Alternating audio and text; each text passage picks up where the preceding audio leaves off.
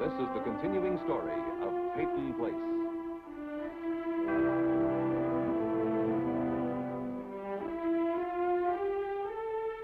Starring Dorothy Malone as Constance Mackenzie, Ed Nelson as Michael Rossi, Mia Farrow as Allison Mackenzie, Ryan O'Neill as Rodney Harrington, Barbara Parkins as Betty Anderson, Tim O'Connor as Elliot Carson, Christopher Conley as Norman Harrington.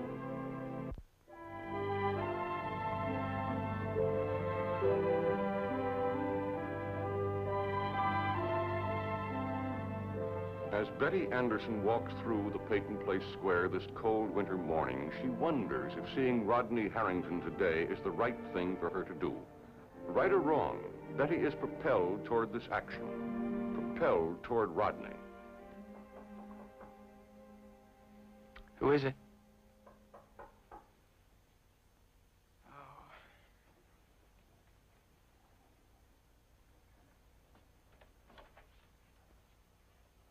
Betty. Surprised? Well, yes. Come in, come in.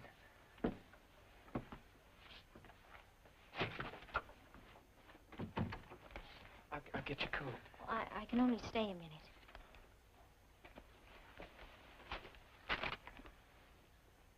Sit down. No, thanks. You've been shopping, huh? Mm-hmm, for you. Happy birthday. Oh, you're too much. I doubt that. No, I mean it. Do you know how many people remembered my birthday? I mean, I didn't expect a phone call from the president or tributes in the newspaper or even a lot of loot, but this... Well, the day isn't over yet.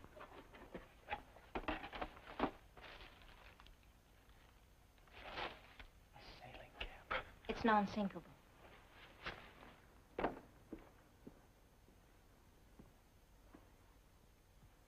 It's for the summer after you're free. That's a nice thought. What is that, confidence? Bravado? It's a feeling I have you won't be convicted. Nothing that terrible could ever happen to you. You know, for a moment, just before you came in, I thought to myself, why not take off? Why not just grab the first bus to the airport and take off? You mean run out on your bail? Yeah. But then my logical mind, my tremendously logical mind took over and... I know how you feel. I've wanted to run off and have. From me?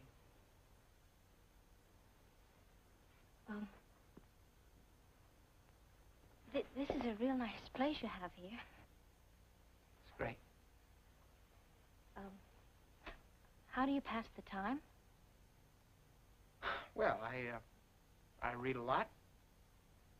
I read newspapers and I thumb through magazines and I study the instructions on cereal box tops thoroughly.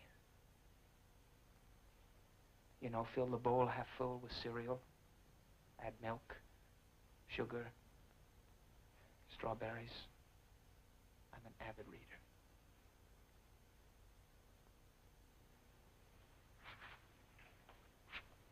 We should have had something like this, Betty. This room, not 10 square feet up on in that mausoleum on the hill. Do you ever think of what it might have been like if we'd have stayed married? Of course I have. You know, I think of Norman and Rita starting with nothing. I mean nothing, just that wild apartment above the drugstore. And I think to myself, that's the way to do it. That's the way we should have done it. It wouldn't have mattered. You didn't want to be married anyway. Point for you.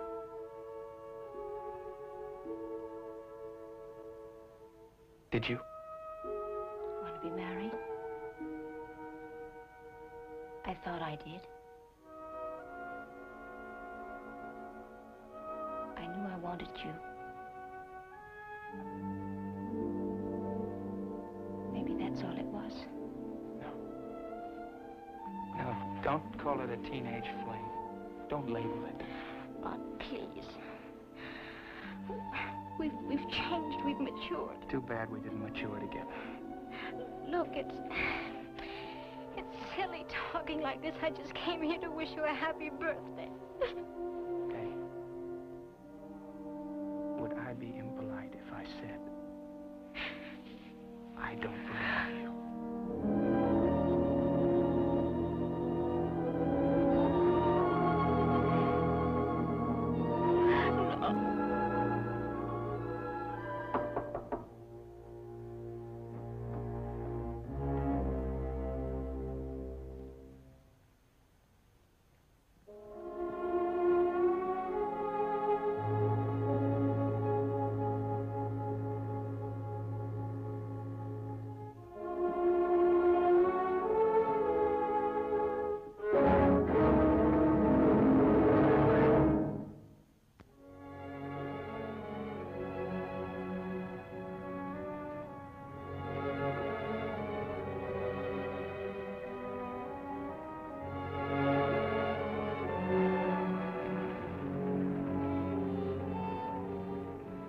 Good morning, Miss Anderson.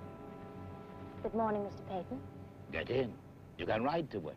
I'd rather walk, thank you. Thomas, ask the desk to deliver this to my grandson. Yes, Mr. Peyton. Now, what, may I ask, were you doing at the inn? You gave me the time off. I'm still allowed to be curious. All right. I was wishing your grandson a happy birthday. You don't look very festive. I'm not. All right. I promise not to say a word all the way home. Is that a promise? Get in, Miss Anderson.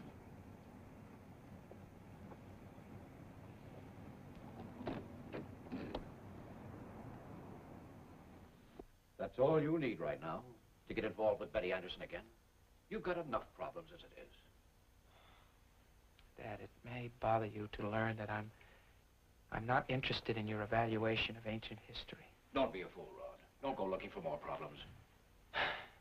You know, you came all the way back from Europe to stand by me. And I appreciate it.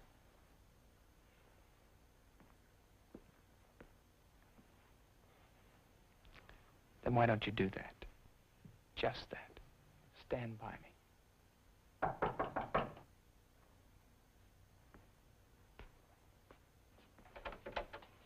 I'm supposed to deliver this by hand, Rodney. Thank you.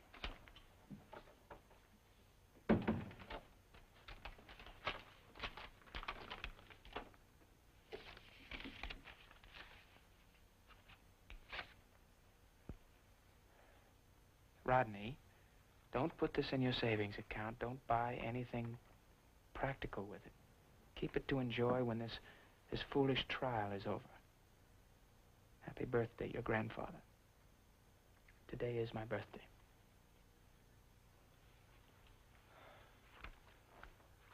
I'm sorry, son. It's pretty generous of Grandfather, wouldn't you think? He's saying live a little. He's trying to buy your loyalty. Does there always have to be an angle? With Martin Peyton, yes. Hey, you don't have to go through all that trouble. It's only my brother. Oh, I know, but I want it to be something special. Rod's so down a dump since he broke up with Allison. I want it to be right. I want us to be proud of what we serve in our home. Come here. You're Mrs. Norman Harrington now. Doesn't that give you enough pride for 1 or 2 weeks? For a lifetime. Well, then. You don't have to be faked out by Rod and a bunch of freeloading relatives. You can give them beans and hardtack served in sandy abalone shells, and they'll love it. You don't have to prove anything to them. I know. But it does make a difference to me what they think. Especially since I'm your wife. I mean, I have my own standards, too. My own pride.